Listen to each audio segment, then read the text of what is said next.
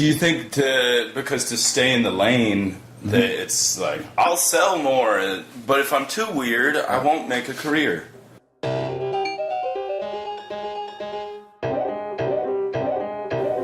Yeah, but see, it doesn't make sense to me. Because I subscribe. It makes sense, right? As everyone's been told that. Right. But where are the motherfuckers that made adjustments that are popular doing it that way? I don't see them. It's like, if I'm going to dedicate myself to it, I'd rather bust my ass and fucking make it to the top uncompromised doing what I wanted to do.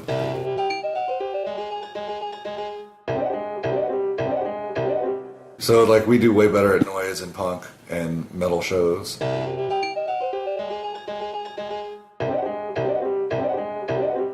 as I came up to a ravine, this gigantic fucking vulture flew up right in front of me. Scared the shit out of me. It's huge. Yeah. And flew away. And shit was weird, and then just sat there and just watched. And I could feel him. Those things, if you ever see hawks, and they're like, they have an energy that's like talking to you. Like, it's intimidating. They're scary because they have like a power to them.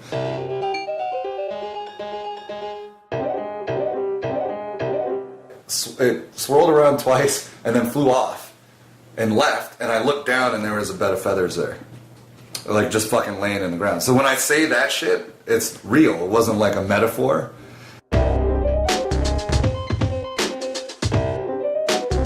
Like, do you have any advice for like us? Yeah, put on your own shows. Okay. Where you live. And bring really big acts and spend all your money on them. Okay. Give them a guarantee. Treat them fucking amazing. Yeah. And then when you play for them, outperform them.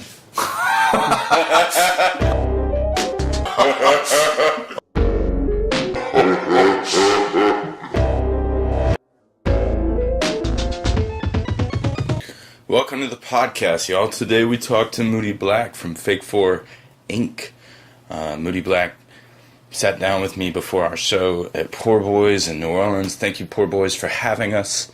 And we talked for about an hour and a half about art and the music industry and touring and what it's like to be Moodie Black. And I can't thank them enough for being so open and so willing to share their experience about art and touring and the music industry. And I gotta say, this is it's refreshing to see such uncompromising art, not letting the winds of the industry blow them off course, but just to stay with it and stay at it and have faith in what they make. Anybody who's making art that's a little left of center, I think will appreciate this conversation. And thank you, listener, for listening. I really hope you enjoy it. Leave a comment, subscribe on iTunes or Stitcher, share it with your homies, and give us some feedback. Reach out, let us know what you think. I'm just going to get right into it. I'll come back at the Astro and tell you what's going on in my life. But again, shout out to Moodie Black. Shout out to Fake 4. Shout out to you, listener. You. I hope you enjoyed it. Let us know what you think.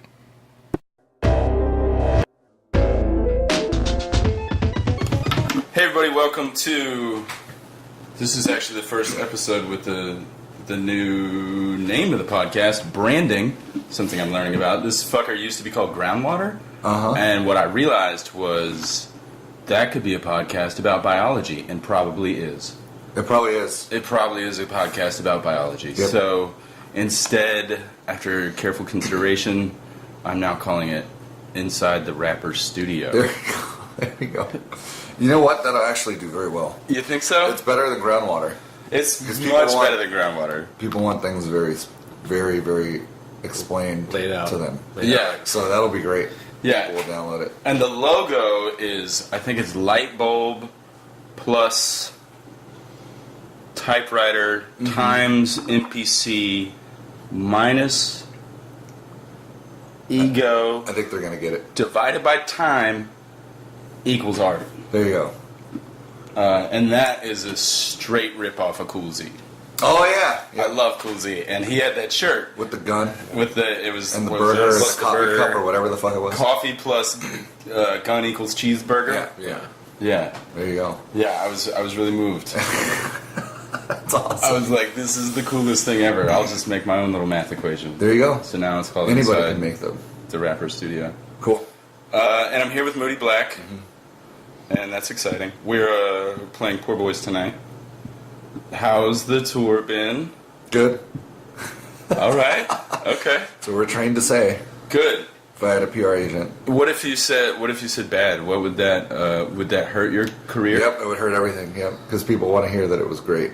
Do you ever feel like? Have you ever seen American Beauty, the movie? I haven't. No, I'm shitty when it. Sean might have.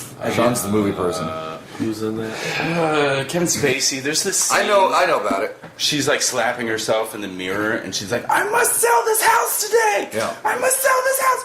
It reminds me of like how we musicians talk about our music careers. Yep. Sure. Because it's always like, to be successful, one must present an image of success. Yeah, Or yeah. some shit. Yeah. That's what they tell you. Are they right? No, I maybe we don't know because we're not gigantic yet, but probably. I mean, I think there's something to it. Yeah. I Yeah. think there is. I think so. I'm not really in the vein of being a rapper, but yeah, I think there's something to that. Yeah. But that's not why we say it's good. We say it's good because that's what people want to hear. It's easy. It's easier to say it's good Yeah. than to say it's bad, and then have to explain why it's bad, Okay. and then deal with all the. Well, not including this tour, because I know this tour has been really good. Yep. This tour has been amazing. Yep. Do you have any tour horror stories? Oh no, they've all been fantastic every single time. Horror story doesn't There's a mean lot like of a horror shitty stories. show. No, there are a lot of. I would say most of the tours are like that. After you get over the honeymoon period of, then it's just like at this level in 2017, it doesn't make any sense. It doesn't make sense to tour. It's like before, you could tour on this circuit for years, and like you see growth and progression, and hopefully some viability or some different opportunities. And here it's just. So what you are could we have doing? a great tour, one tour, Yeah. and the next one could be worse, and then the next one could be okay, and then the next one could be the worst. Okay. This makes no sense, you know. Okay. But Well, is there anything you attribute that volatility towards, or it's just like how we're treating music in 2017? I think it's just not valued, really. I don't think there's anybody to blame either. It's not like fucking. Yeah. It's everybody hates music or whatever. I just think it's not like a priority or it's not valued. And largely, there's not that much. It's because there's not a ton of inventive shit out there, really. I mean, there is a lot, Yeah. but you don't hear about it because it's difficult to break through the noise with what does get through. Sure. And all the good, not the good or better stuff, because it's not about good or better, as you know, as a musician. That's like irrelevant. It's just like, I think the stuff that could make people interested to go see a show sometimes gets buried over things that aren't that interesting, and it creates a narrative that music isn't that cool to go see, watch, or hear, because you could hear it on the radio, watch on YouTube, and like, why do you have to go? Sure. You know what I mean? And I could order their shit on the internet. Like, why do I have to go? Yeah. And I think that's part of it. And then venues are part of it. Yeah. There's a lot of different reasons, and they were trying to make money, so they're going to book the things that attract the most money. Like So 80s night. Yeah, but and that makes way more money than an MB show. Yeah. So I mean, it makes sense, and it's never personal. Sure. And as artists, you want to personalize everything, Have- but it doesn't have to do with Is that like a typically American thing? Because I know y'all play overseas a little bit. Yeah, of course. It is a. I wouldn't say it's an American thing. I mean, it's definitely a problem in the country, but again, it's a priority overseas in Europe and France. Part of their government helps support local arts and funds it. I mean, that just says it all. That kind of hurts my brain to think about. Like that's such a foreign concept. Yeah, it doesn't happen here, mean and you the see the government result. Yeah, Would support art. yeah, Crazy. it's weird. Yeah. I can't even believe they would Yeah. do that. Why would they do that? It is, yeah. And so then those artists have healthcare, security, and stuff, being musicians, and get paid a subsidy, whatever it is, to play. And so they can focus on being good. And now there's value in their show because this is what they do professionally, and they're good enough to do it, and they work hard, and they can focus on it exclusively. Yeah. Here, good artists are inundated with having to work and like struggle and do it on the weekend, and then because of that, Yeah. they're not living authentically, and then they develop all sorts of weird shit and habits, and we get fucked up, and we're addicts, and so I mean, it's just, and then the art suffers. Yeah. It's wild. It's just a cycle of shit. It's wild, but yeah, that's what we are. In that cycle of shit, like I usually say this question for the end. That's right. We could do it at the beginning. But I can go back. I can drop this question at the beginning. Yeah. What do you feel is the difference between art and entertainment? I don't know. I don't think there is. I mean, entertainment. Fuck it. It depends on. We do art. It's weird because I don't want to say that I'm an artist or I do art. I don't like. Do you feel that's pretentious to like use those labels? I'm an artiste. I think it can be. Okay. I think I know I am, but I don't. I feel like saying it invalidates it. You just know it. You don't need it. I feel like when I say it, it then becomes a thing. Even though I believe that, and I know that I am. Yeah. It's not like a good. For me, it doesn't feel great. It's not like, oh, fuck, I'm art. But it is. It's entertainment. Of course, it's entertainment. Art is entertainment. Always has been. People always see it as that. Yeah. They usually just see it as entertainment. I don't even think it. To an artist and fellow musicians and stuff, maybe it looks like art. Yeah. But yeah, I don't know. That's a good question. I mean, but that's what I mean. Don't you? I mean, I would assume that art is entertainment. I've been struggling with the question. Yeah. I kind of think if I had to like divide lines, I would say maybe art is to bring you into yourself or closer to your humanity, and entertainment is to distract you from it. Yeah. Or to pull you out of yourself. Like, just give me a football game. Just give me something dumb that I can stare at. Yeah. You know, it's like it's the difference between like a Transformers movie and I don't know, Twin Peaks or something. There's a lot of art like that though too. I guess there is that. Then you're looking at levels of art. I guess of like, you know, most of it, the entertainment kind of art is that it's static. It's like just easy to digest. You want something at the end of your day or whatever it is to just escape into and not have to think too much about. At least that's what people tell me. Because I'm not like that, but people always say that. Like, oh, I just want something I could just lose my... I kind of get it. Right. You know, if I'm working all day and dealing with bullshit, I'm not going to... Or we do a tour or do a show and we have a day off, I don't want to go back to a show. You know, I want a different... I want a different palette of whatever that entertainment or escape or leisure activity is going to be. Yeah. So I get it in that respect. It makes sense. Yeah. But that's the best I can answer it. That's all I got for that. I don't really fucking know. Sean doesn't ever really talk. He just kind of sits there and nods his head because he's high as hell. What do you think, Sean? What's the difference? This would be good though. For art and entertainment? Yeah. Sean's really into entertainment, so he could probably tell you. Well, yeah, I mean, art is something that you would like classify to me as like something that provokes deep thought and kind of intrigues you to figure things out or like learn more about something. Okay. And then entertainment is just something that kind of just like distract you or like just give yourself a moment of joy, like spontaneous joy. Okay. And not really like it's not going to be lifelong lasting. Like you're not going to remember that for the rest of your life, probably. Yeah. I mean, but like art is something you can appreciate and like really respect and kind of. When you describe it like that, I want some entertainment in my life. I don't think I get enough spontaneous joy. Hey, see what I'm saying? I think that's what entertainment is to me too. It's like that kind of shit. But yeah, that makes sense. That's dope. Yeah. In that vein, like I've been listening to y'all's music a lot. Cool. This past 2 weeks, just like there's a lot of people that have been doing that. That's cool. That's exciting. Yeah.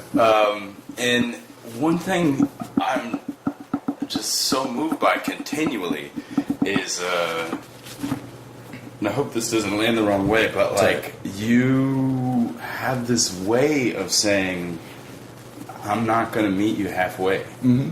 Like you go to a lot of rap shows. I go to a lot of rap shows, and there's this kind of like, when I say hip, you say hop, and you're like, me in the back being like the shoegazing hater is like this trite shit again. Yeah.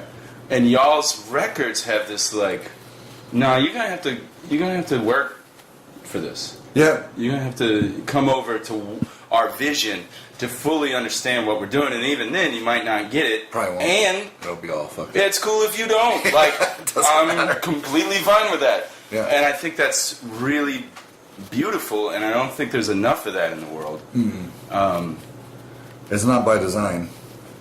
Okay, so tell me about that. Like, why is that? That's definitely not on purpose? It's just what I do. I just make it. Okay. I don't even think.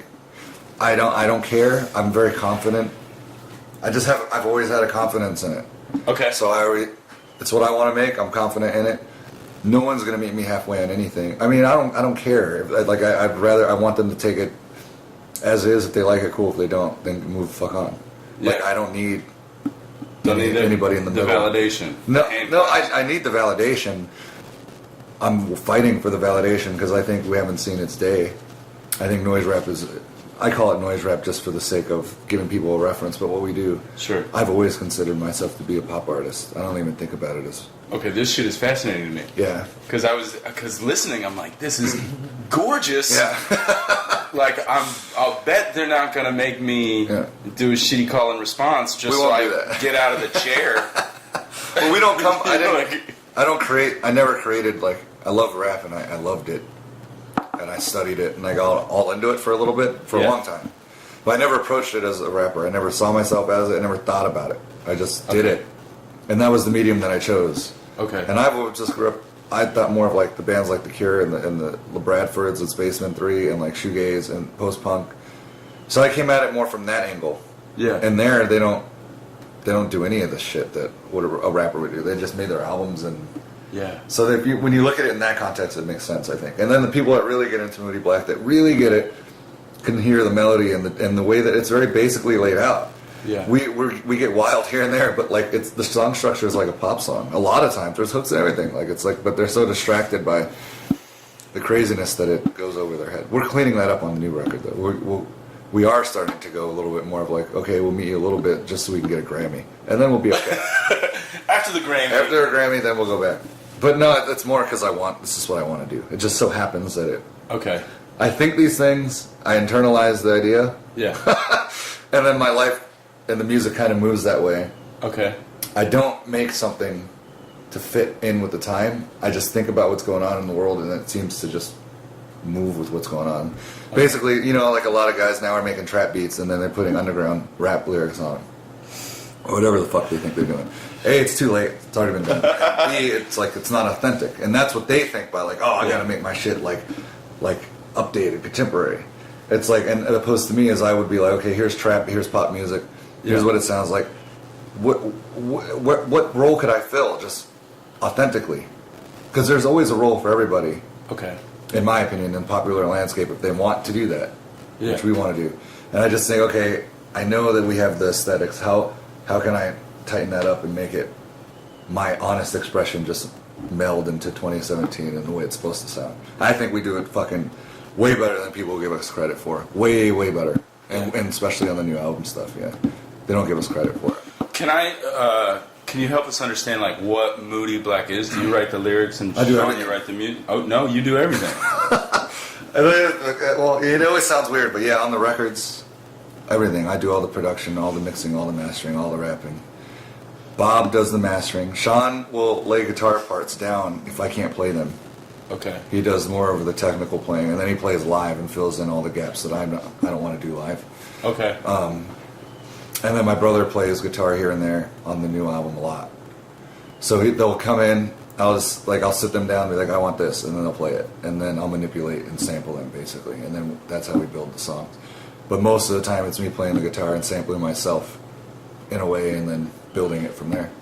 Okay. And then all the beats and all that, yeah, and all the writing and all the rapping and all the singing. Whoa. Everything. Okay, didn't know that. Yeah. Wow. Yeah. It's like, I always tell people, it's like Robert Smith and Trent Reznor. It's the Robert Smith to the Cure and Trent to the 9 Inch Nails. It's like there's the main person that is responsible for like that idea. Yeah. And then a bunch of musicians and band members that may have input here and there, but you still know. That's the person that's behind everything. Yeah. So that's what it is. People ask that a lot too, which is good because that's what we want. We'd rather people see it as a band too, because it is. But I mean, I like that. Again, you don't see that a lot. Yeah. In we're so beyond, and it sounds pretentious, but we're so like just light years ahead of development of the rappers. Like I'm a rapper, but like of the future, because I've developed for some weird reason in that way where I'm like, well, I don't get why rappers don't do that. We have the easiest job. Yeah. All we got to fucking do is write, rap, and then I think make beats because it's easy. He sounds so much like an LP sounds so great because he melds in with this production because he writes and raps. It's so cool because it's like, don't you want to do that? Like as a rapper, if you're going to be a hustler and say you're all about the shit, why do you have so many hands in the pot? Like how are you going to act like you fucking are on your hustle trying to make it if you're not responsible for even half of the shit you're doing? Wow. It makes no sense to me. So in that, I just played this festival, and you see dudes on festival stages running like, "Here's the greatest beats of your childhood," and I'm like, "I'm gonna do 8 bars over each one of them." Yeah. And you hear like, "Hail Mary" and Outkast, and so they're like just rapping on someone else's stuff. Yeah. And it's this, and the context is to get the crowd involved because like, oh shit, I love that beat. Yeah. That's an old school trick of the rapper trade. Throw in that one track that's familiar with people. Yeah. That happens. And you guys don't do that. Why would we? That's not a thing. We don't do anything like that. No, and people know now.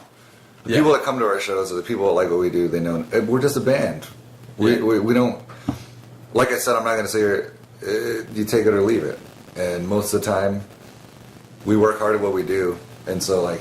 Yeah, we just have our shit together with the rap part. So it's like you can say what you want. If you can sit there and say that the rap is bad, you're not listening or you're lying. But usually people can't say that. Yeah. So even the most rap heads are like, "Fuck, that's weird." They'll just say that's some weird shit, but you can't really say it. Yeah. Thanks, man. Yeah, it's what do you say? But anyway, so I'm very rap heavy in that way too. Yeah. So I still keep the edge.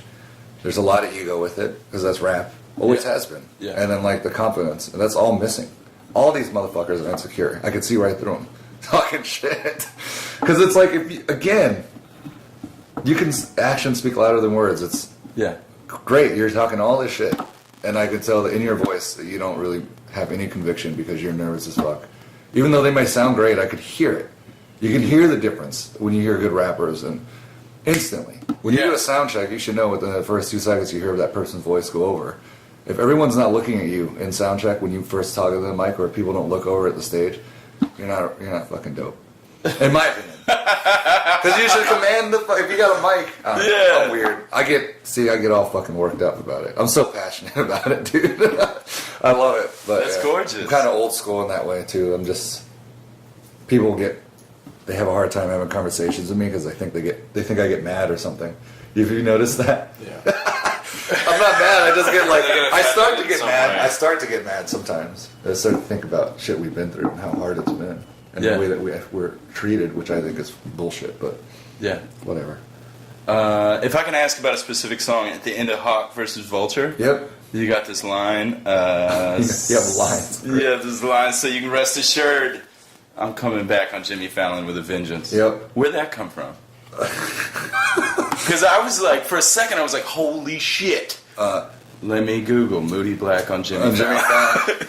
I'm basically just taking there's a lot of jabs at pop culture, so it's like, I really, really want more than anything to play Jimmy Fallon. Not just Fallon. Fallon's just a name I used, but he's one of the people I manifest when I think of what I want to do. Sure. I've just always had a dream to play those shows. I want to be one of those acts. And I start seeing people like Odd Future on there, or I start to see Run the Jewels and all that stuff, a little bit grimier sounding shit. Yeah. And so I took a jab at it because I thought Odd Future, I love Odd Future, but they're, that's first grade shit to our high school shit. We've been doing it longer, better, in a way. I mean, we're different.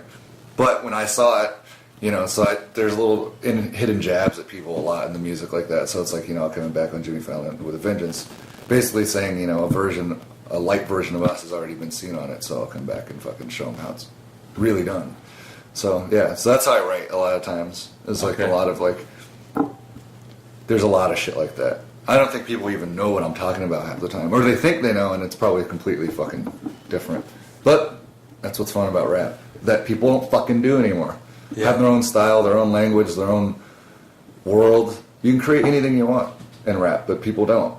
They fucking use normal sentences and shit. Like, what the fuck? Do you think because to stay in the lane that it's like I'll sell more, but if I'm too weird, I won't make a career? Yeah, but see, that doesn't make sense to me because I subscribe. It makes sense, right? As everyone's been told that. Right. But where are the motherfuckers that made adjustments that are popular doing it that way? I don't see them. It's like if I'm gonna dedicate myself to it, I'd rather bust my ass and fucking make it to the top, uncompromised, doing what I wanted to do, as opposed to change it. It doesn't make any sense. It's gonna take me just as long, if not longer, and I'm not gonna get that validation, that adulation of what it feels like to have my shit that everyone said would never make it. It's not mainstream, it's niche.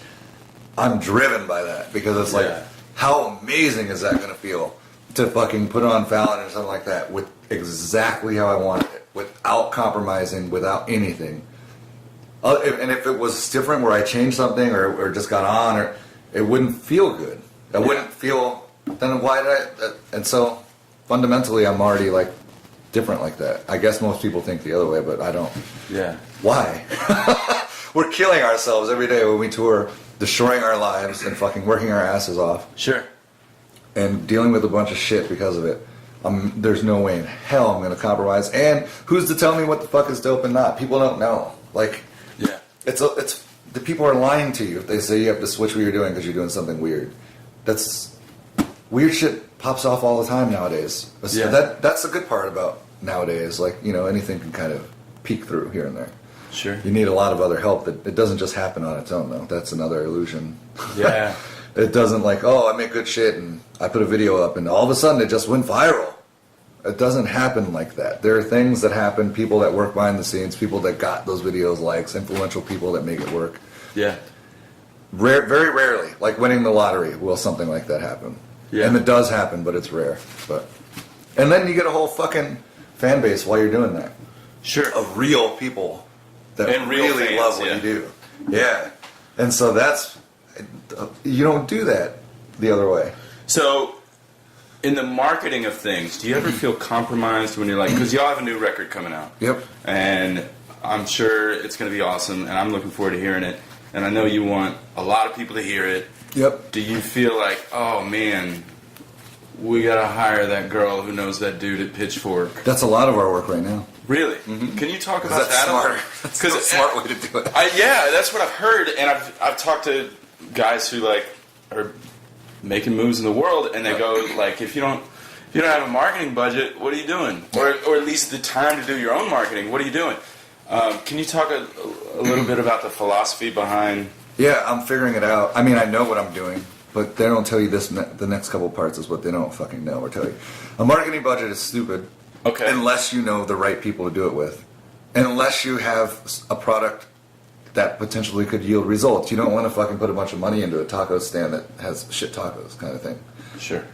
And that's where it's hard because it's like, you know, it's blurry with art and music. You can't tell if something is good or not to invest. Should I put this money in this? Is this really going to potentially pay off? Yeah. So that's where like dedication, hard work, and like fucking, if you got a group that like gives a fuck and goes out there and busts their ass, then it seems like, okay, this group has a chance because they're fucking committed. I don't know if the music's good or not, but like it's good. So like it's taken us this long to even get there because it's like it is branding. So it's visual. Okay. It's consistency with visual, consistency with sound, consistency with. Do they have it?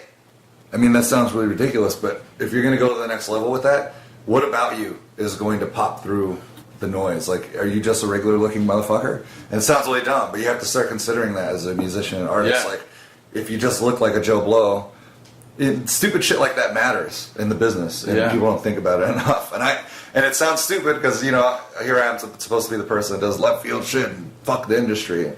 But that's what I'm saying. I'm a pop artist because it's like I see things like, okay, I need to do the bullshit. So anyway, we do have different PR. We're working with Death Bomb on this album, which is the Clippings PR, the same agency Clipping has. Okay.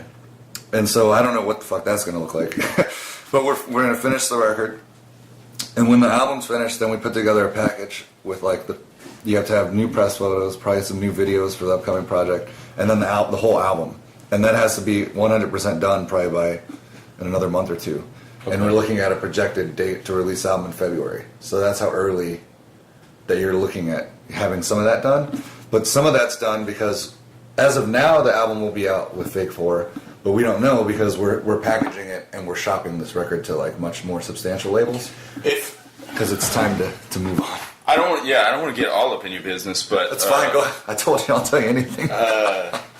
Is that okay? That's kind of like keeping that's like a dick in a glass case, like breaking case of emergency. Like this will go on Fake 4 unless Interscope calls or something, and Fake 4 is okay with that. Chesky always wants people to go to the next level. Because what we'll do, hopefully, is if that happens, then my negotiating deal. Well, if it's going to be a long shot because my demands are, if I get any major deal, is everything, 100% control. I keep all my shit, all my branding, all my in-house logos, all my looks, everything. And what do you offer them in exchange?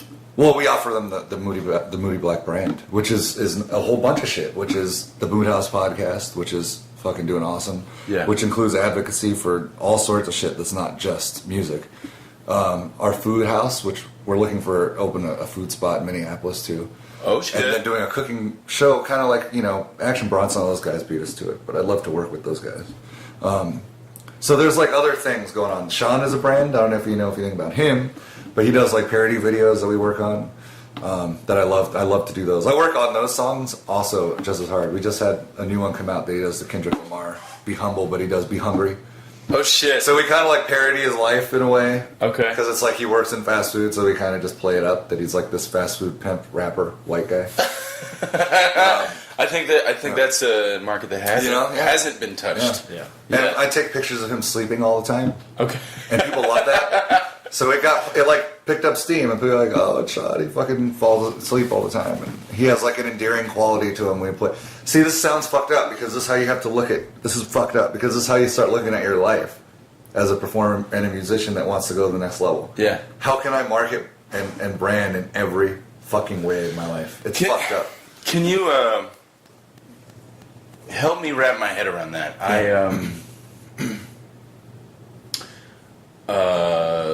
Little bit of a story here. I was deep in the spoken word world for a long time, and I would tour with it, and I did national and regional slams pretty consistently for almost 10 years. And one of the guys I looked up to, to say that I had a drinking problem is probably closer to the truth in saying I was an alcoholic. Sure, yeah. It was taking a little hold, right? And I was like, you know what? I don't really do anything halfway. Let's just go cold turkey for 1 year. Yeah. And let's see what happens. Let's see how the life goes. Maybe you'll feel better. Maybe you won't. But it'll be a challenge, and you're probably up to it. So do it. Yeah. So I did it. And then one of my mentors, a guy I looked up to, was like, John, I got it. Mm-hmm.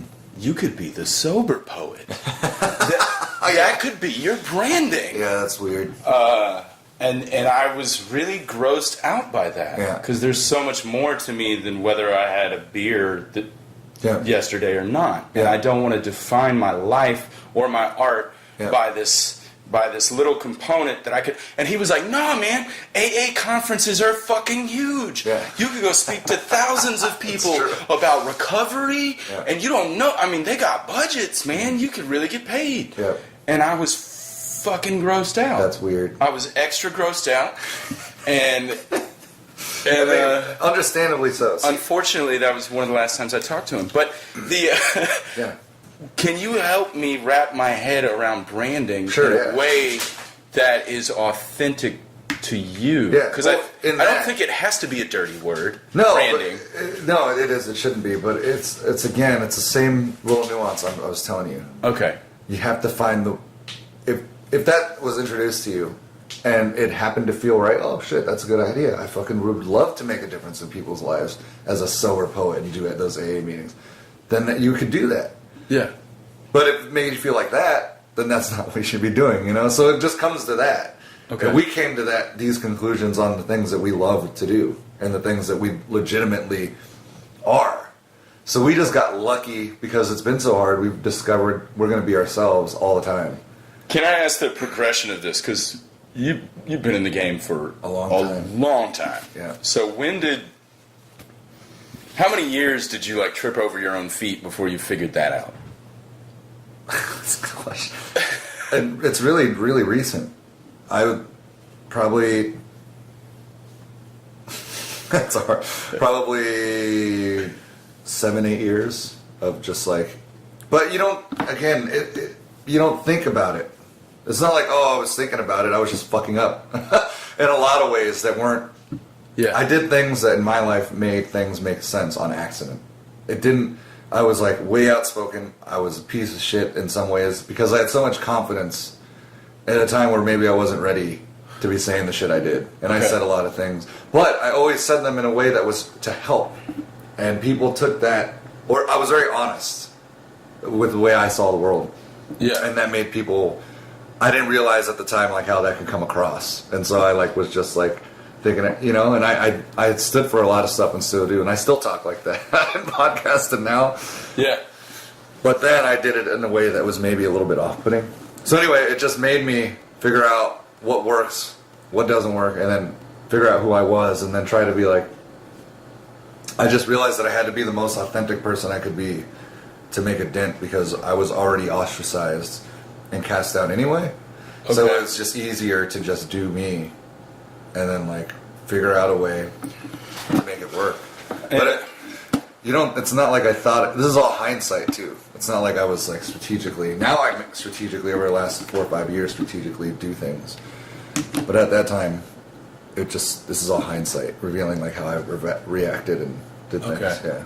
So it's weird. Do you feel like the name noise rap comes with that? In the sense of like... It's when I think... When I don't know. When I think noise rap, I think like you, Blackie, and then I think like the pop version is Death Grips. Yeah, perfect. So that's kind of like my vocabulary of noise rap. That's perfect. That's what I always tell people in the group. There's this is it. And people are gonna get pissed off. See, this is where people get mad at me.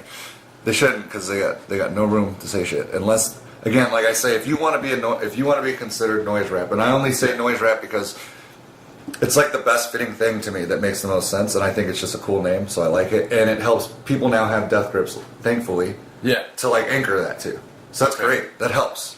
So people would think I hate Death Grips. I appreciate them for being able to do that. Okay. For us, but I mean, and not that they did anything for us because they don't give a fuck about anybody. But anyway, have you ever hung out with them? Do you know them? I don't know them at all. No. Okay. So this is strictly just based on how I perceive them. Okay. But noise rap is very specific. So I always put dialect number one, first of all. Okay. And people always go, well, P was... well, that was different. Like, dialect really appropriated it. They took what like noise and shoegaze was and put rap together and made it on purpose sound like a certain way.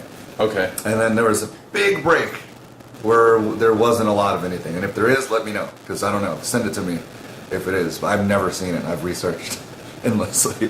So there was dialect, and then Then there was Blackie and Us. And Blackie and Us Blackie was probably a little bit before. Okay. And we just didn't know. But like what happens is with a lot of movements, you'll notice like you think you're doing something, and then there's like 4 or 5 people. And you don't know each other yet, but you're all kind of doing shit. Yeah. And you don't know because, we just didn't know. So there was Blackie and all that, and then we were doing everything. And then we had already put out an EP, and then another album, Sana, and then Death Grips happened. Yeah. And then Death Grips happened in the middle of us working on everything. I was like, this is going to be the next shit, like blah, blah. We were onto something. We knew we had something like pretty incredible. Sure. And then Death Grips happened, and I was like, fuck. I remember when it happened, I was like, we're fucked, because now everyone's going to think we copied them.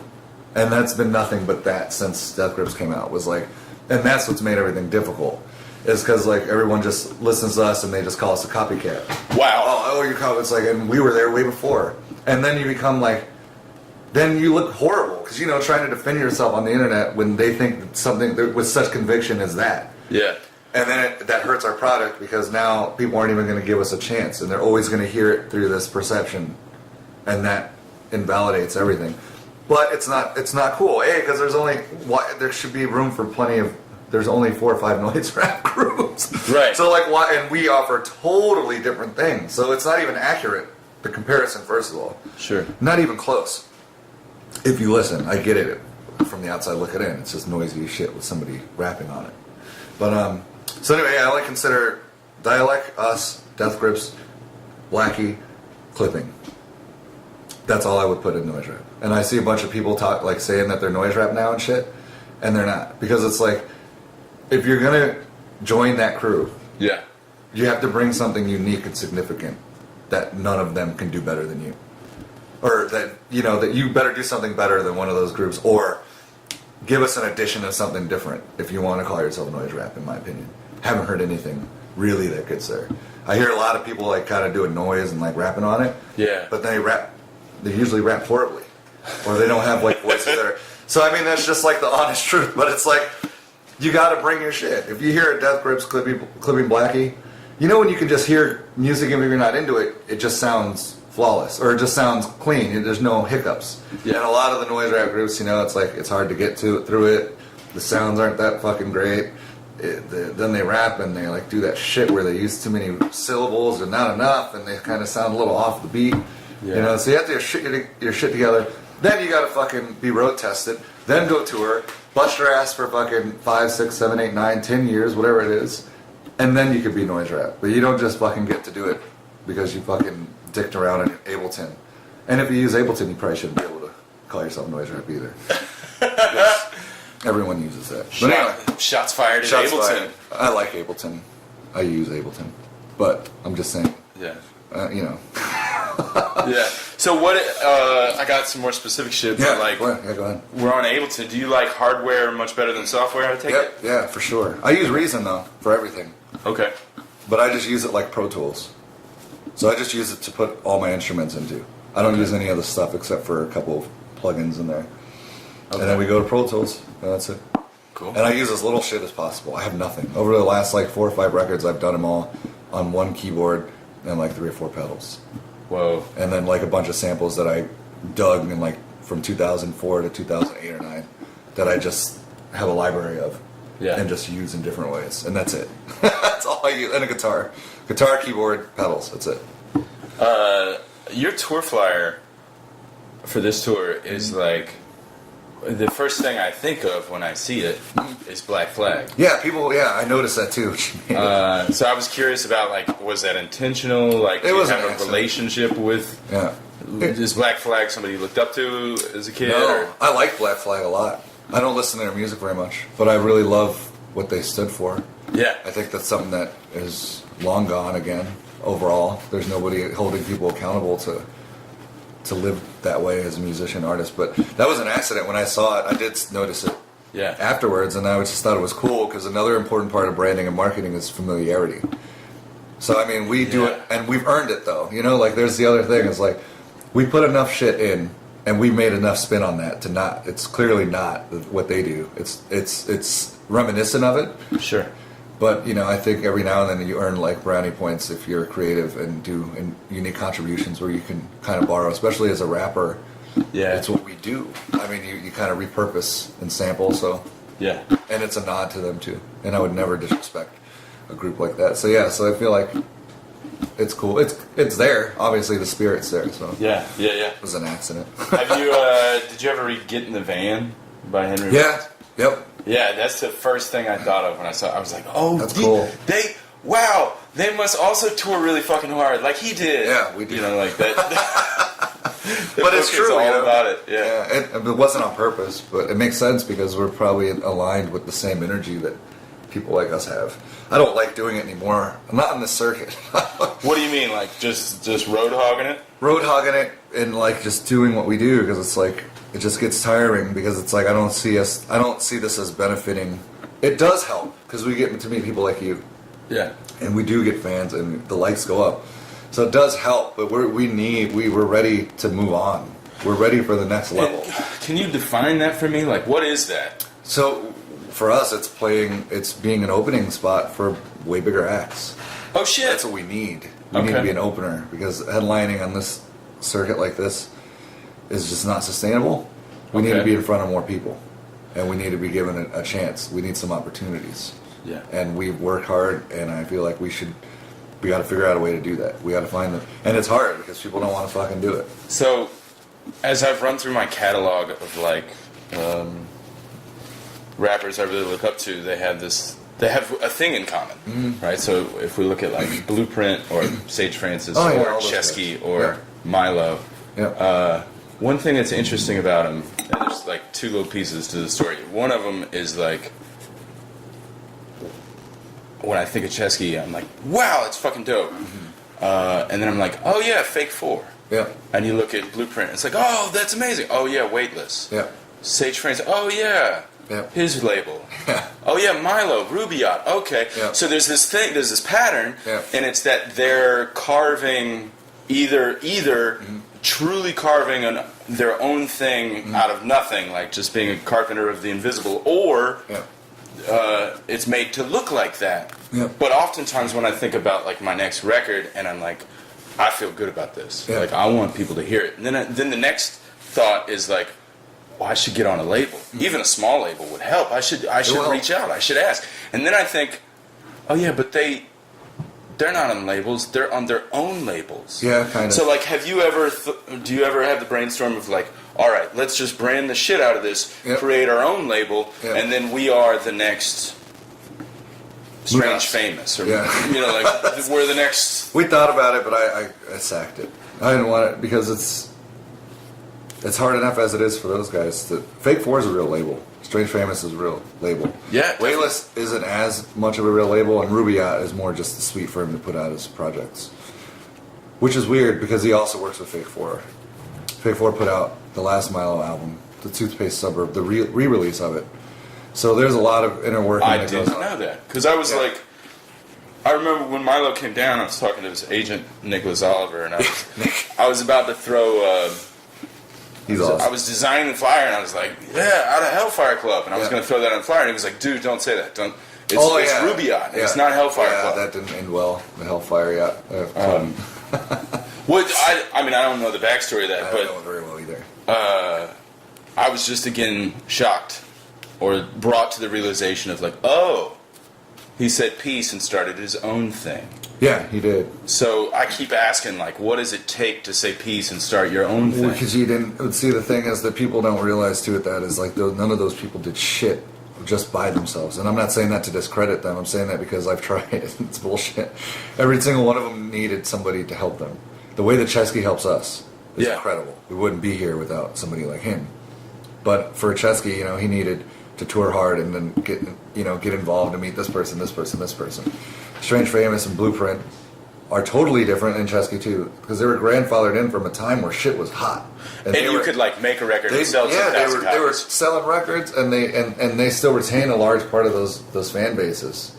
Milo's an anomaly because that's been really hard. As for the next generation of guys like us that are coming up as the next people that started doing experimental music.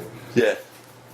And it's been hard because the infrastructure isn't there anymore. The audience that was there in 2000 when underground hip hop was a thing has largely died off or just follows the older guys. And for whatever reason, a next generation wasn't cultivated. And there's no touring is not the same. And like people don't want to work with you like they did back then. Those guys used to do shows with each other all the time. Sage, Soul, Chesky, you name it. Yeah. Fucking all those guys would do shows with each other and tour. Sure. You don't see that shit. That doesn't happen anymore? Very rarely. I mean, you mean like cross-labeling? With newer acts, yeah. Like you never see, in my opinion, if we do shit with Chesky every now and then. Yeah. We did something with Dark Time for a little bit. We toured with them, and then that was it. We should be touring with other people outside of indie rap. That's whole nother thing. But yeah, I was gonna ask, do you guys ever? Because on the road, like I play anywhere. Yeah. Like, I want a metal show. I want we don't play rap show, shows I want a punk anymore. show. We never have. We just don't. See, I don't really fuck with just like, give me a rap show. No. I'll never. I don't want to do that. If it was just like a rap show, no. If it was like a weird experimental rap show, it's better. And then we usually play with punk. We have a metal act that's joining us. Night of the Living Shred. They're joining us on tour in a couple days. Cool. It's just better. It's like we appeal we've fucked ourselves over a little bit. Because, how so? Because we've been stuck in the circuit where we only appeal to like 10% of the audience because these fucking people that love all those kind of acts like that isn't really on Are you saying that like the indie rap thing is a pigeonhole that you're Yeah, trying for to climb sure. out of? I don't feel like we're in it. I feel like we're definitely separate, but we're just kind of stuck in a weird area because this is where we've had easy access to. Okay. So we got stuck doing that because it was easiest to do. So we get way better response outside of this genre. Yeah, yeah, that is true. So like we do way better at noise and punk and metal shows, and I prefer that. Yeah. The rap, and if the rap is great and there's something different, that's awesome. I'm not saying that I wouldn't do it. Sure. But I prefer being part of a show where like I just like the audience is better too. I feel like there's a sense of camaraderie with those audiences. Right. They seem to be nicer, more accepting of people and individuals and who they are. Why do you think that It's is? different. Because it's still rap. It's still, you've mentioned it before, okay, about the misogyny and everything, and it is what it is. But I mean, it's Sure. it's still rap in some ways. So like, Yeah.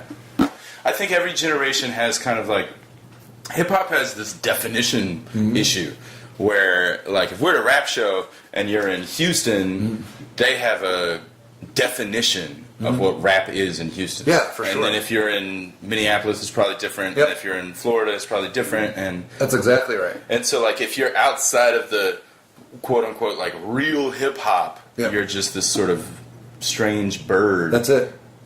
But a punk audience Yeah. or a hardcore audience is like, yeah, this shit is different, Exactly. and they respect it. Yeah. And then when you do noise like we do, and it's harsh, and the way you perform, it just fits.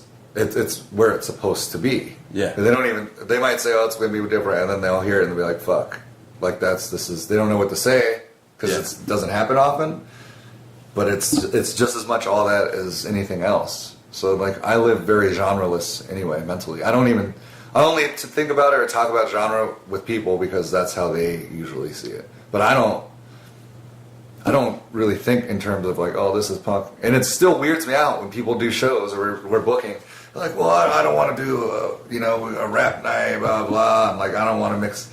That's fucking weird to me. Because to me, it's like, let's just put 4 amazing acts on the stage and let them play. That's what they do in Europe whenever we play. We play all sorts of weird shit. People on pianos, fucking Pierre Motrone, he's on the new record, is a piano player who's amazing, great R&B pop singer, and then we play on the bill and then someone else, and it's like 3 acts that are all separate, but still kind of, the underlying theme is that we're all just really good at what we do.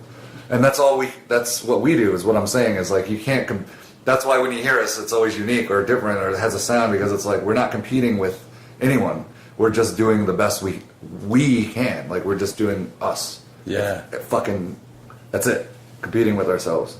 But it's weird because that's what you need to do. Especially as a rapper, you get to fucking control your own world.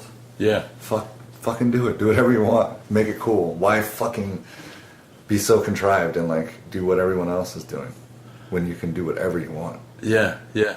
That's how I think of that shit. That's beautiful. Yeah. That's that makes me really happy. That's cool. Because now I can do whatever I want. I mean, I always could and do. We'll take that to heart though, because it's like, we need. But it's interesting because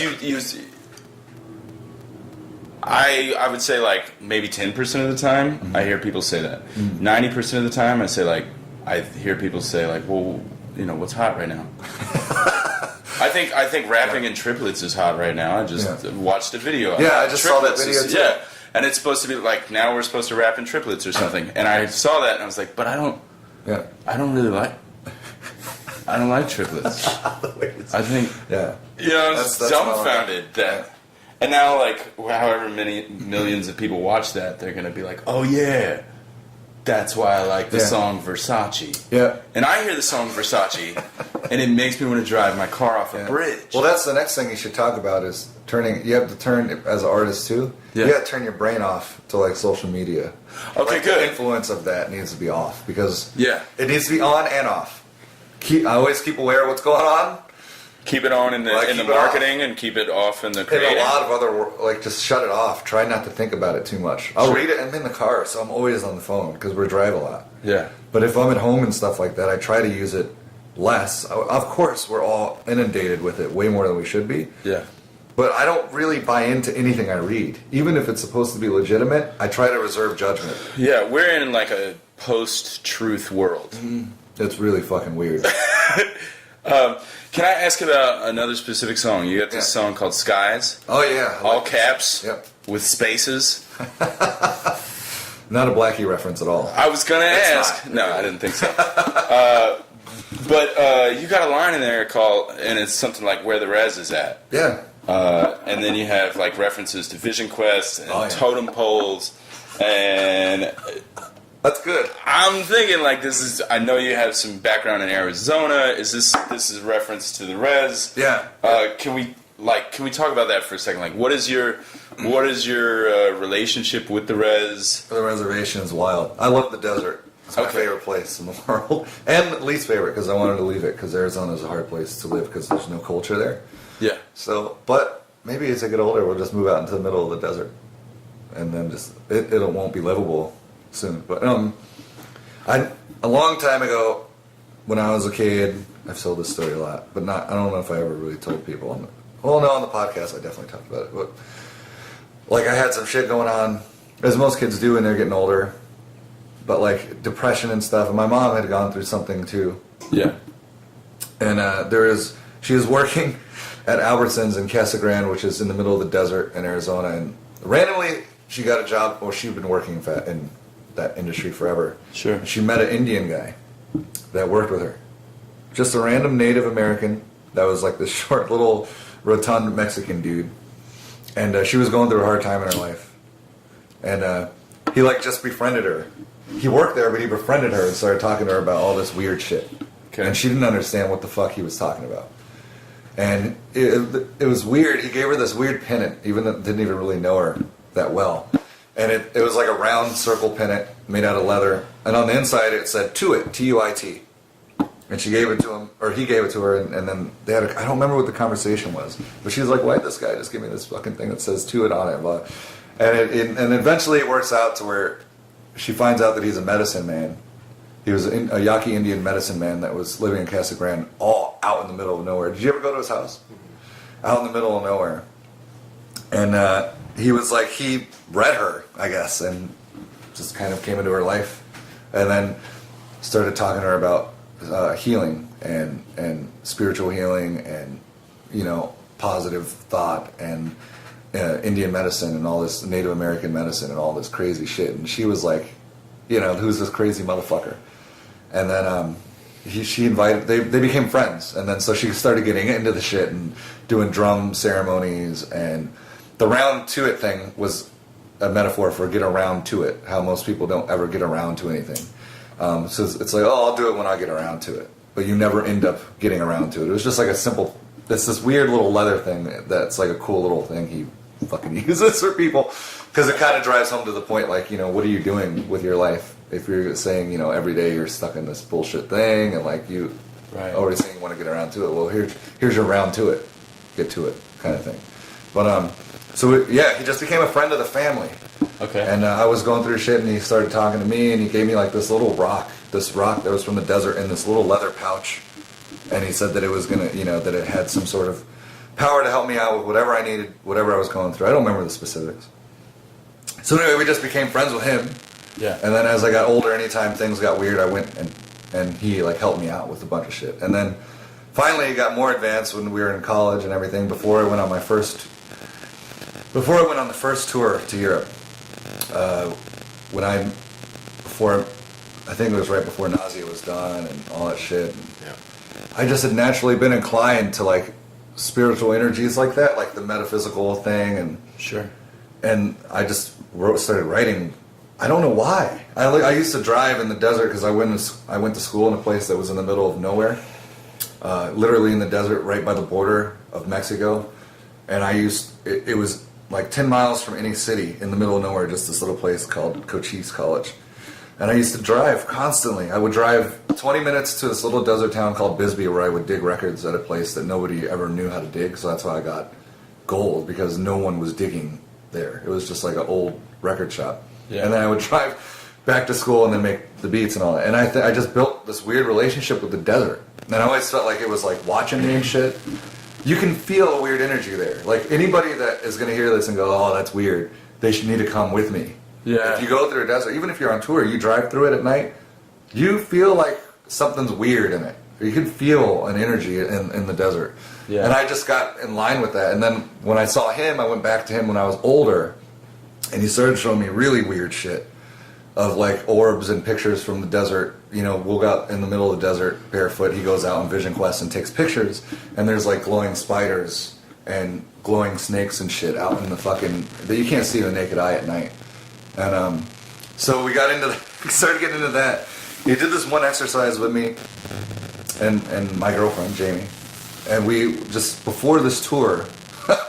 And he showed me all these feathers and shit. He laid out all these feathers in front of me, and he just asked us to pick which one we were attracted to the most. Okay. And I happened to pick the only feather in the whole bunch that was fake. It was like all these beautiful feathers, and I picked one that was fake. I thought it was cool.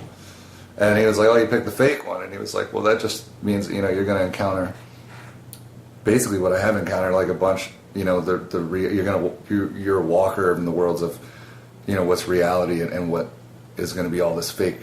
These fake people coming into your life, and which I took as a metaphor for what I was about to become a part of, which was the music industry and getting into all this crazy shit. Wow. And then I'm also a conduit and like a feeler for a bunch of people's shit, and I take it on. And so I'm always like stressed all the time. I try not to be, but because I feel. And then we also talked about how the poles were switching at that time, from like Mother Earth was switching from a place of being very moved by the head. Yeah. Portion of her, and the poles had switched literally on Earth. It's a real thing that happened in science, and in doing that, we have now moved to a more feeler. Now Mother Earth is taken from her heart, and it perfectly lined up with what started happening over the last 10 years, 5 years. Yeah. As we're seeing that shift of like, here's this old guard of these guys that are thinking all about their head and the money and the greed and the weight, and now we have all these people that are like, no, like we want to live. And we want to have fruitful lives, and we want to care about each other. And you're seeing this clash happen.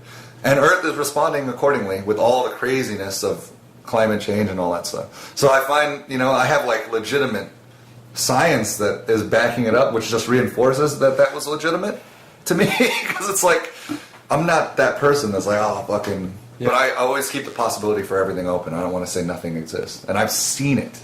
So I know that there's a world or a realm that's beyond us. I don't think it's like, for me, like a God thing or anything like that. Sure. I think God is Earth. Like this, there's something here. That's what I think. Spiritually, I can feel it. Yeah. But anyway, so that's where all the talk goes. Because then when I was writing the album Hawk vs. Vulture, it's because I actually drove my car out into the middle of the desert by myself, got out of my car and just started walking in the desert by myself. And I started walking, and as I came up to a ravine, this gigantic fucking vulture flew up right in front of me. Scared the shit out of me. It's huge. Yeah. And flew away. And shit was weird, and then just sat there and just watched. And I could feel him.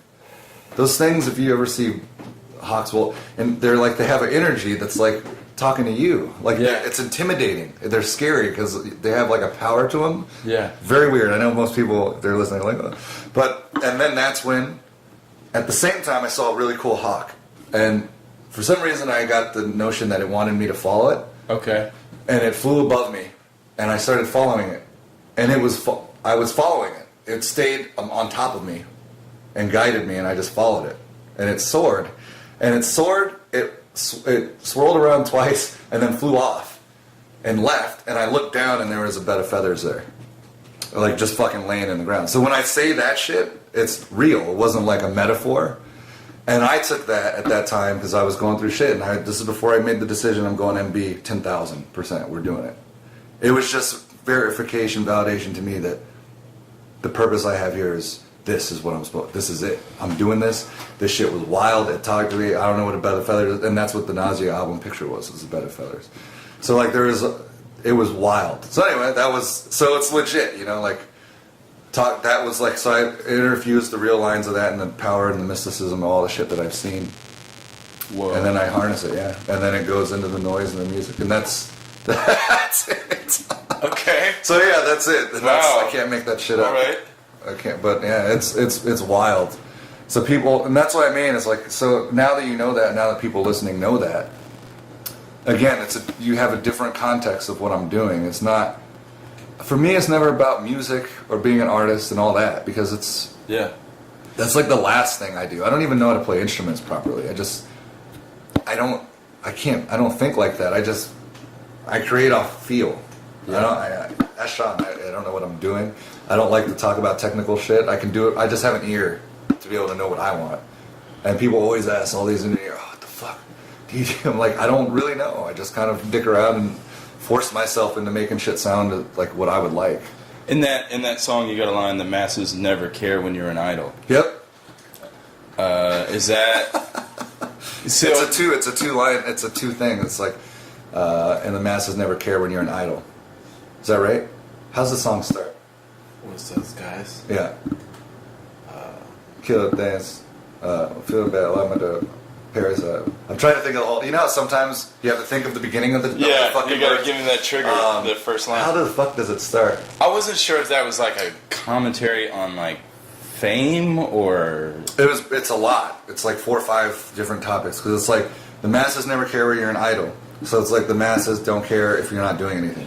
Generally, people don't give a fuck if no one's doing anything with their lives and just sitting around. That's cool. It's totally acceptable. Just go work. You're not doing anything. You're working. But what are you doing? But they don't care.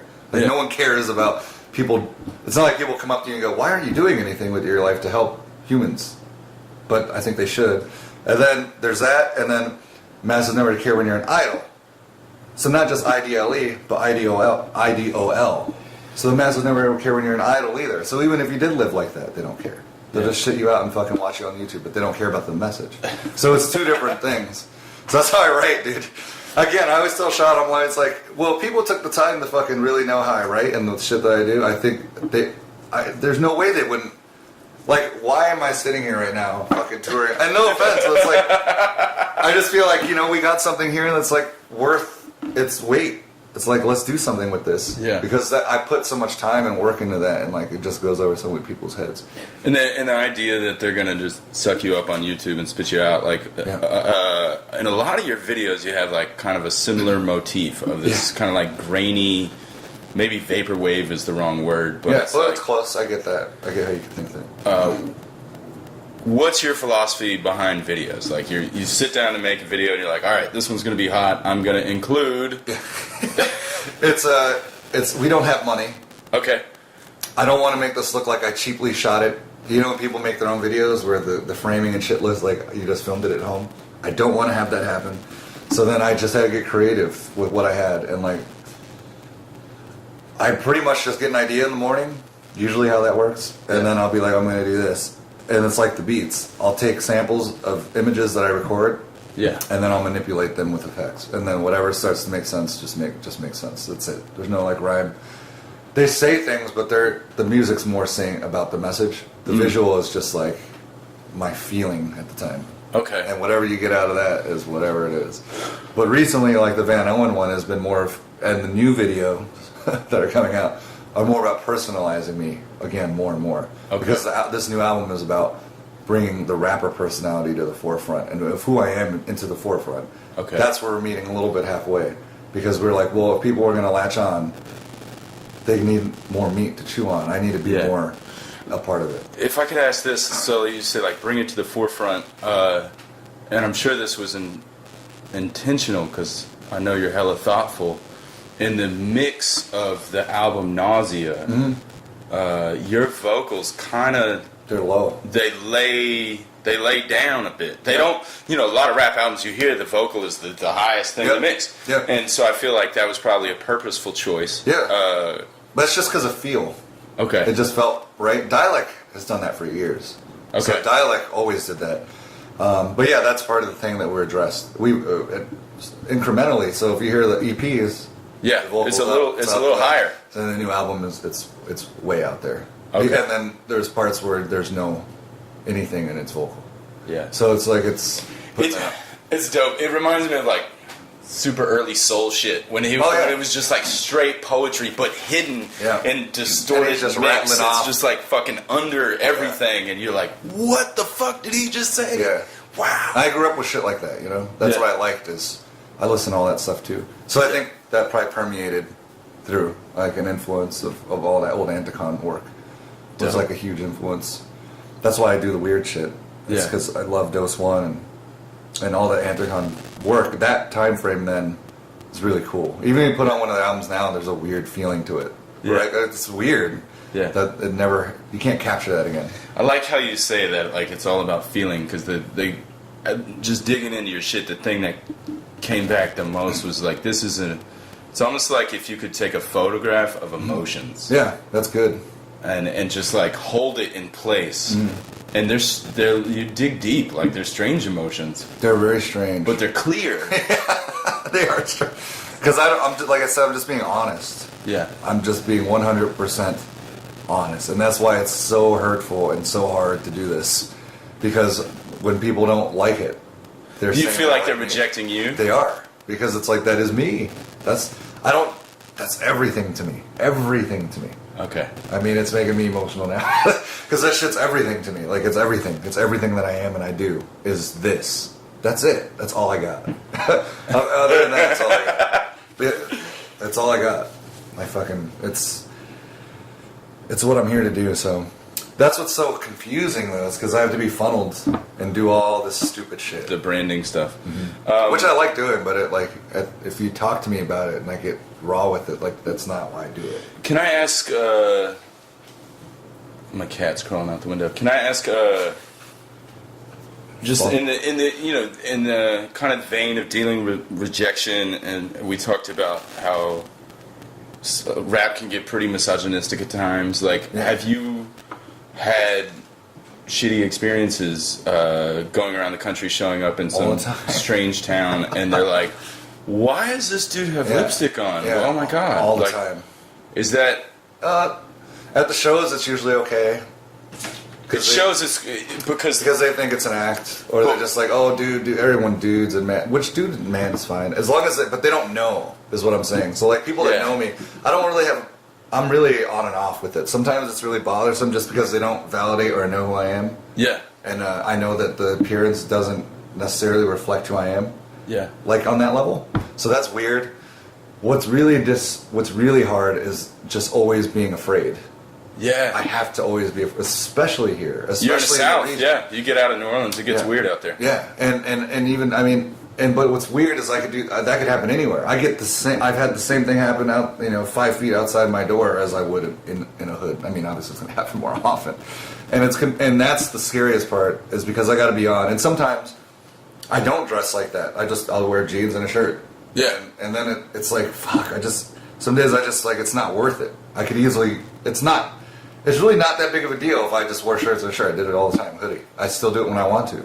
Yeah. But it's weird because I have to make the decision on if I want to do this. You know what I mean? And that's a fucking weird place to be because all I have to do is change and then all of a sudden I'm fine. No one... I mean, I always get stared at no matter what. It's weird. I don't know what the fuck. Yeah. Even no matter what I am, like, I think people don't know how to place me anyway. They like try to figure out what you are. Oh, what the fuck? And most of them don't know that I'm black and Mexican. But anyway. Yeah. But yeah, that's mostly what it is that. And then just not, on the very basic level, not being validated for who I am. It's not just, I'm dressing weird. It has nothing to do with clothes, really. Really has nothing to do with it. And then the other part is, you get that. And that's the only part I care about is my safety. Yeah. And when you hear about people, like you guys just had 3 people, trans women killed, like within a week or a couple days. Yeah. And there's videos of, like, dudes stalking trans people here in New Orleans and videotaping them and shit. Yeah. And it's like, it's hard for me to put it, I can't understand, I try to relate to understand where they're coming from, I can't. Because I always try to relate. I just can't understand, I could hate something or even not accept it or understand it, I get that, totally understand that. I don't know why it goes to, I'm going to kill somebody. Yeah. How does that happen?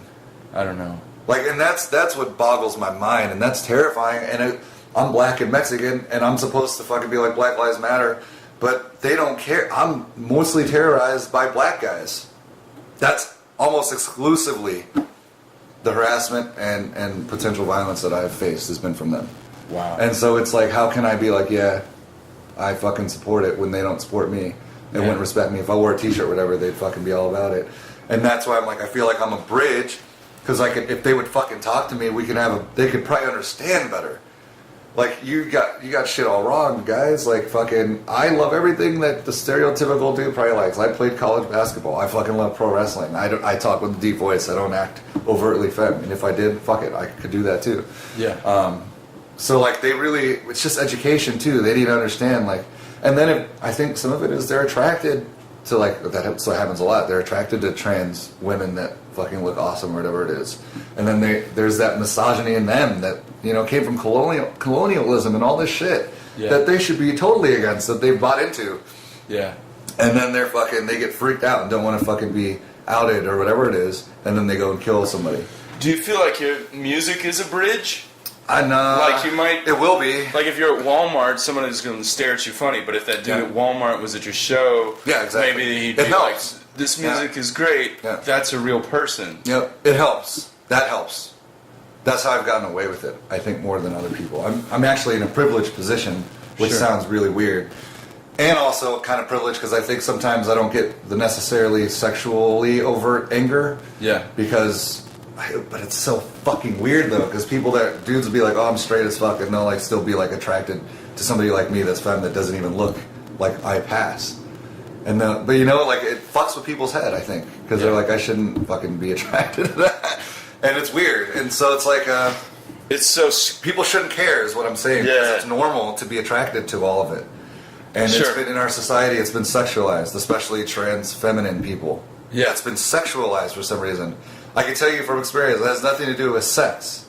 Like, from my perspective, maybe some people it doesn't matter, as long as it doesn't become offensive or like they're not doing anything to anybody. Like, even if somebody like gets off sexually on it, why is that even a problem?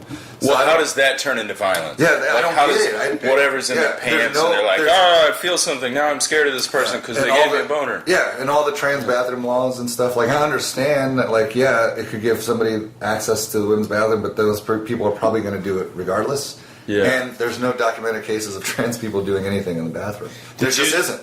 Did you see that thing on Vice about Kid Rock going for Senate? And I saw it, but I didn't. It's like couplet is like, you don't get to choose what's in your pants. It's the bathroom you use. Or something. Yeah, that's pretty. that was like the saddest moment of my last week, was watching that, and then watching the arena just burst into applause, like, yay! Yeah, they're just misguided. Fuck. They don't understand. And they'd rather put me at risk of getting... Because what's going to happen is, when that happens, if I'm, like, femmed out and I go to a dude's bathroom and it's at a bar or a club and it's late at night, people are getting drunk especially. Sure. You're putting me in a dangerous position. Because that's where shit's going to happen. That's where things have been documented to happen. Not the other way around. Never. Never. Never. Except for the random sick fuck that's going to be there anyway. I'm not going to wait for the law to change and, like, take advantage of that. Those people don't think like that. They're just going to do it anyway. It doesn't happen in bathrooms, though. Very rarely. It's happening by, like, the fucking your dad and uncle at home. Some fucking kid's getting fucked up. You know what I mean? Like that. It's so backwards. Yeah. But mostly, the main concern is that it just sucks. I'm, like, tired of being afraid of having to, like, watch where I'm going or, like, look 15 feet ahead and make sure I don't go a certain way. Yeah. Yeah. So, I mean, even on this tour, at the rest stop, I was followed.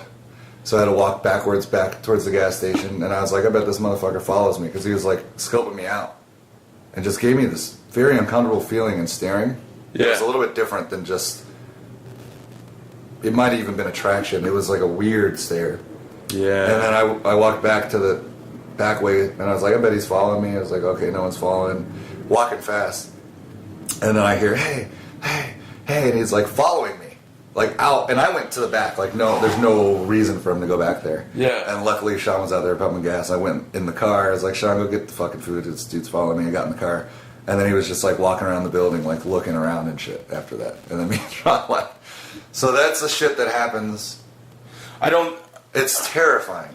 And then you read the stories, and that's why I'm always like, hey, is everything okay here? Yeah. Because you never know. I want to thank you for saying that. I think a lot of cisgendered folk have no idea what that feels like. Yeah, no. Ever. Yeah. At all. Yeah.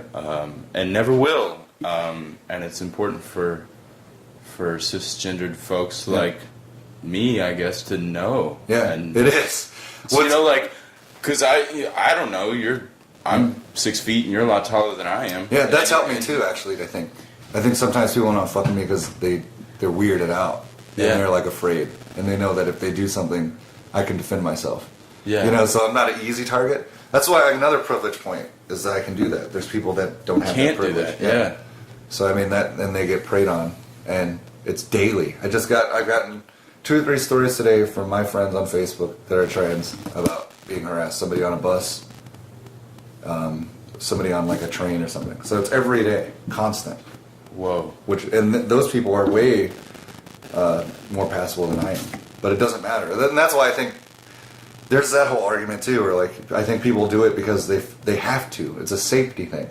Yeah. So maybe somebody doesn't want to necessarily, upkeep themselves to make themselves pass as a woman or whatever it is. They have to because it's safer, and it's just wild. It's just is not. And then doing all that costs money. So some people can't do that. Yeah. Because it costs a shit ton of money to get hormones and do all that work. But some people have legit dysphoria where they have to do that. Yeah. Because they can't handle themselves.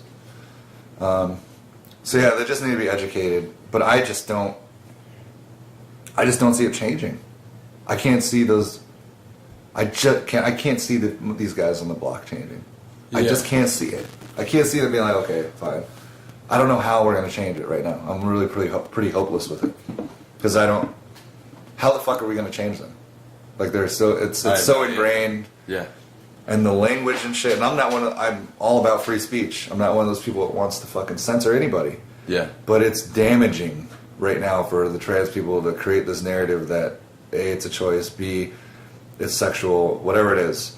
And then the way that black people in particular in the culture talks about women and treats women is the reason it's all the same well.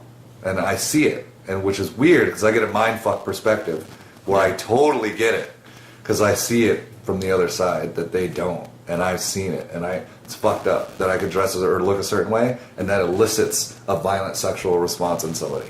What the fuck? Because it portrays a woman, and that somehow is fair game to sexualize and then demean. If that's wild to me.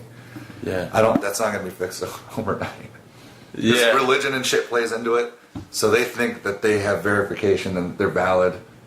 They feel like they have a legit reason. So then they feel fine with it. They don't even see it as something that's wrong. That just made me think. Not that I've ever been like an advocate for Lil Boosie, but I just watched this video of Lil Boosie asserting that cartoons make the new generation of young people gay, and it's like, what?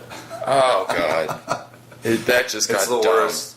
And it's got like millions of views, and I'm sure there's lots of people sitting at home being like, "See, honey, look, that's what the Teletubbies do." Yeah. Jerry Falwell told us, and now. And it's a blatant lie. And again, because I have the perspective and the experience, I never once saw somebody that was a trans person and go, "Oh, that's cool. I want to do that." Right, I don't think anybody would step out of their house and be like, I hope I get the fuck kicked out of me today, and then follow it home. Yeah, and I could tell, like I always tell people, it started at the earliest memory I can remember. Yeah. And without even knowing what any of it was. Yeah. So there was no... And I had a great dad, and I was closest with my dad and mom and a brother. Yeah. And everything was fine. And I never got abused or raped or anything.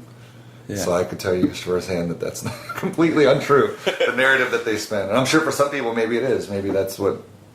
But I don't. There's definitely something wired differently in my brain than people that aren't. So do you feel like? I think I know the answer to this, but do you feel like that you make a living on the road, you tour? Yep. Yep. So that's got to add a whole bunch of layers of difficulty to tour life. It does, yeah. Well, it's just been recent though too, so I'm learning it. Because before it's like, I was just hoodie and jeans. And like I said, now I'll switch it up here and there. But yeah, so it does. But at the same time, if I really wanted to, I can go undercover all day. Yeah. So I mean, I can't complain. Yeah. But yeah, it adds difficulty in the traveling and going places because I can't enjoy myself as I would otherwise. That sucks because I have to be like concerned about where we're going. Yeah, that does. Staying in the venue or trying not to go out too late. It's later is worse. As it gets later, people get drunk. They want to do stupid shit. Yeah. And you have to really fucking think. I tell Sean all the time, he doesn't get it. I'm like, you have to watch my back. Yeah. Like, we need to protect each other. Really protecting me, because we need to just watch each other's back. I always tell him, like, people can do fucked up shit at any minute. We have to be aware. And you saw what I'm talking about. So, like, it's fucked up that we have to do that. I mean, it's fucked up. Like, it's just 2018 in the United States. What in the fuck? Yeah. You know?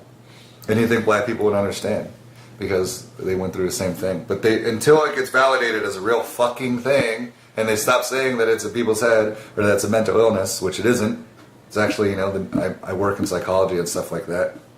With kids with autism, the new DSM-5 handbook does not list being transgender or trans as a sexual, or not sexual, but as a disorder.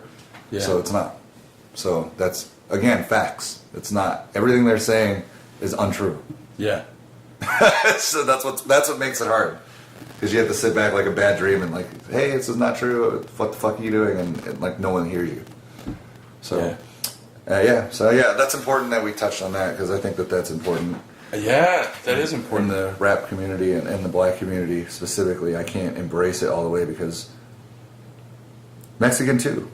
Mexicans are a little bit better because there is cultures out there that honor it. Yeah. As a third gender, which would be what I would be. Which is, yeah, so I mean,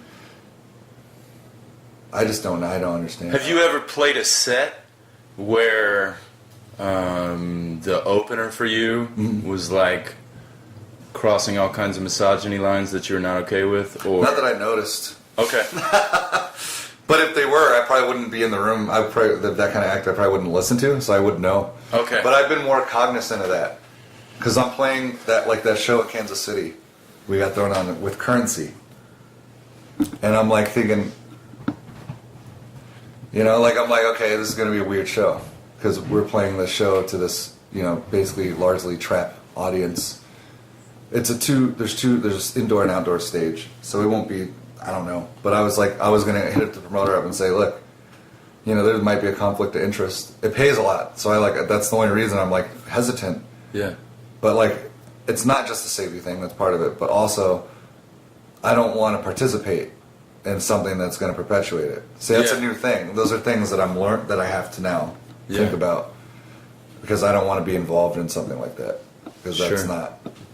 But at the same time, I kind of do. You could be the bridge. Yeah. So you could be the. There's a lot of stuff that happens right now where I'm like, well, we should interact with it. I don't want to be in a group of trans people at all.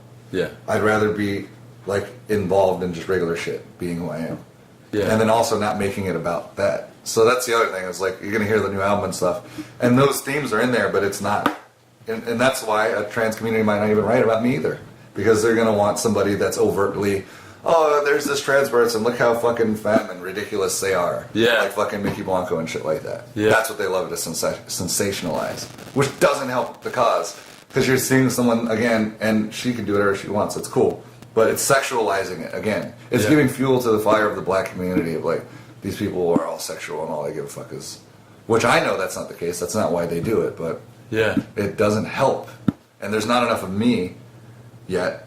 Where, you know, I don't meet anybody like me, really. That's like me, that's just, like, cool, just like a normal fucking person. Yeah. You know? About that show with Currency, do you have a booking agent? Like, how did you get...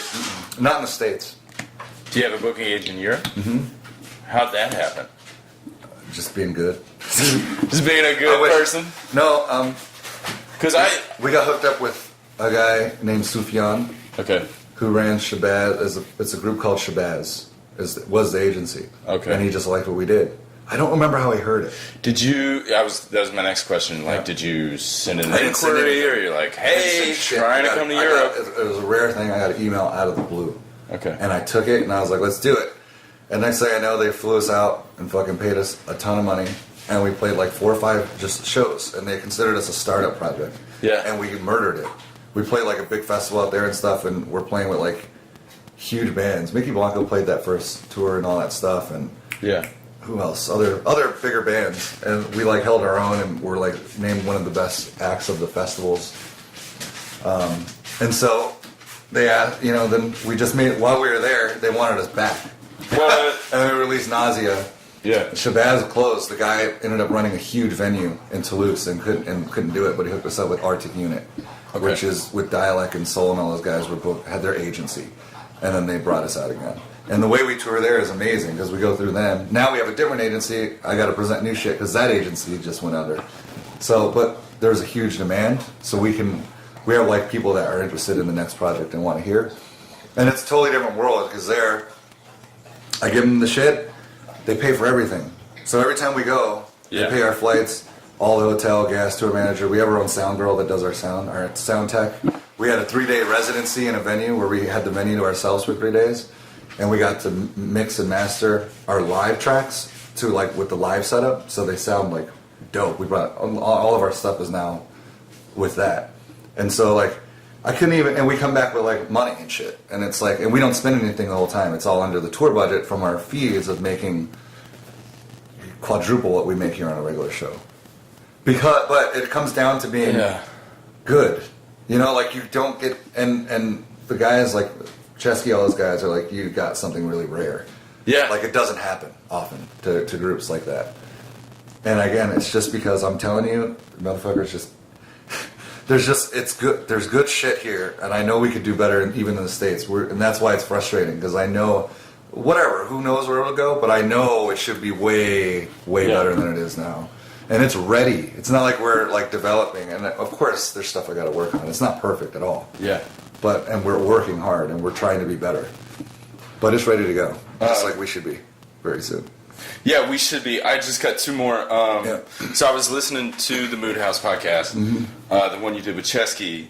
In that episode, you talk about up-and-coming artists and what they can do to help their career. And everyone's like, well, just work hard or just be helpful. Mm-hmm. But in that podcast, you present a specific example of, and I'm not sure if you said you rented one or bought one or found one or something, but like an opening act approaching a larger one with a physical object known as a van. Like, look, motherfucker, I'll drive the van and pay for the gas. Who wants to go? Yeah. What are some of the other practical applications of that you've seen? Like, do you have any advice for like us? Yeah, put on your own shows. Okay. Where you live, and bring really big acts and spend all your money on them. Okay. Give them a guarantee. Treat them fucking amazing. Yeah. Suck a bunch of cock, eat a bunch of shit. Yes. And do it with a smile. Yes. And then when you play for them, outperform them. And then and then once you build a relationship with them and you work well. Yeah. Then bring people. Try to get in touch with people like a Chesky. Not just other acts. You want to get with somebody that might like what you do, that has a label or has a platform. The way I did it with Chesky is like, hey, I know you run the Fake 4 shit, and I really want to fucking find a label, blah, blah. And we put on a show for him in Minneapolis, and we were doing really well in Minneapolis at the time. And he came to the show and just saw us play, and that was it. So... And then it was like, this shit's dope. And then Soul is the other reason why, because Soul was singing our praises to everybody and still does. I mean, he really believes in what we do. I mean, he texts me all the time. He keeps me going because it's hard. Yeah. But he's like, this is the best shit I've seen, and I don't say that. He's like, since whatever it is, whatever example he gave. But it's all preparedness. You can't. None of that means shit if you have to be extraordinary. You have to. You could do all that, and if you don't have a product that's going to appeal to it, then it's useless. Yeah. But only you can like answer that. You know, that's where it becomes hard to give advice to people because everyone's in a different platform, different way.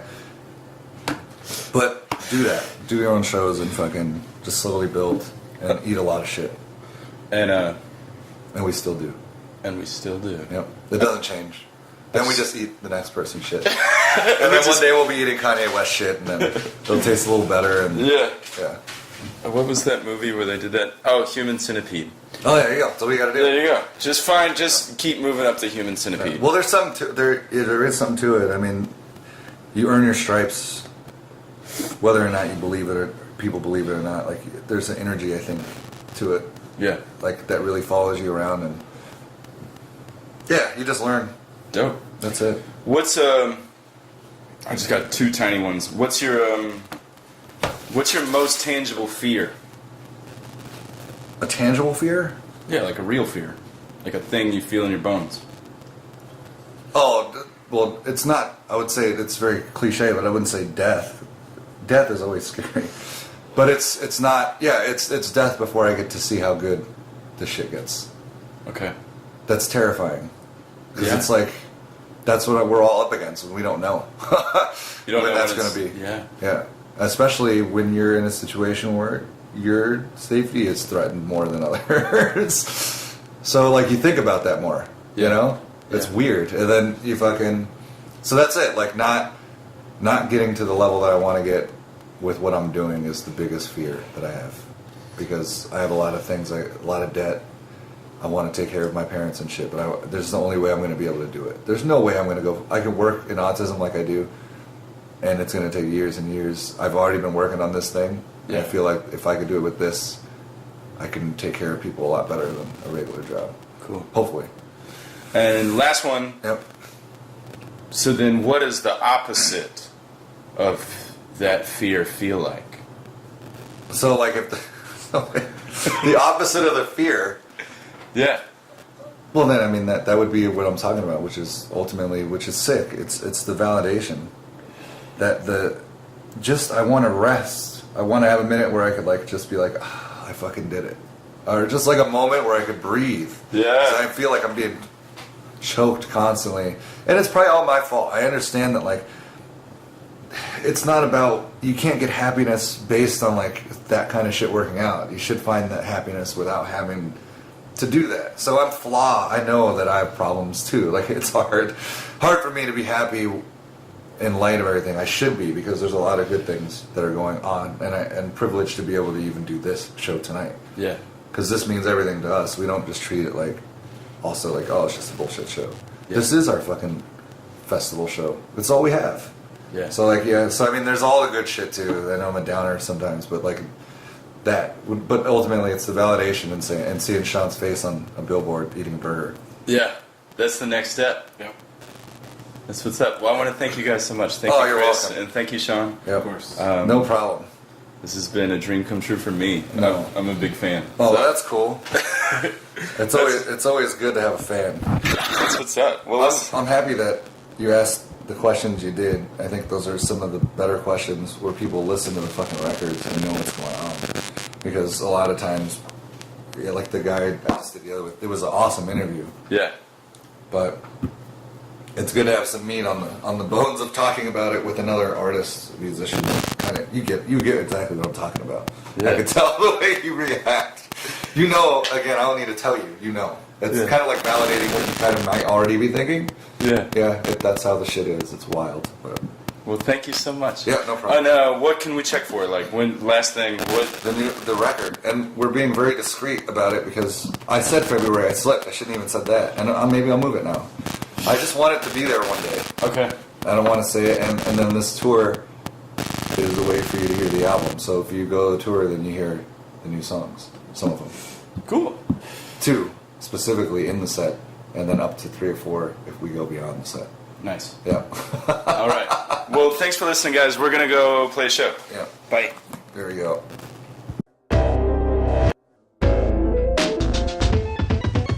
Hey, y'all. Thanks for listening.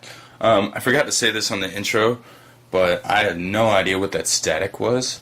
During our podcast, I feel like the gods of noise rap just kind of shined down on us. I can't tell you what that is. I don't know where it came from. But it does oddly seem to sort of influence... I shouldn't say influence. It seems to like revolve around our conversation. Like when we get more intense, so does the buzz. Again, sorry for the buzz. Don't know what the buzz was. But I just saw that as like the noise rap gods listening and helping us tell our stories. What's going on in my world? Thursday at Zeitgeist here in New Orleans, Blueprint is showing his new movie, King No Crown. And I'm so excited to see that. Days and Days is playing this Friday at Bank Street Bar. And if you don't know Days and Days, look them up. They're incredible. I played with them in Oklahoma City on my last tour, and they definitely turned me on to folk punk. I mean, I was already into folk punk, but after seeing Days and Days live, whoa, that's some folk punk right there.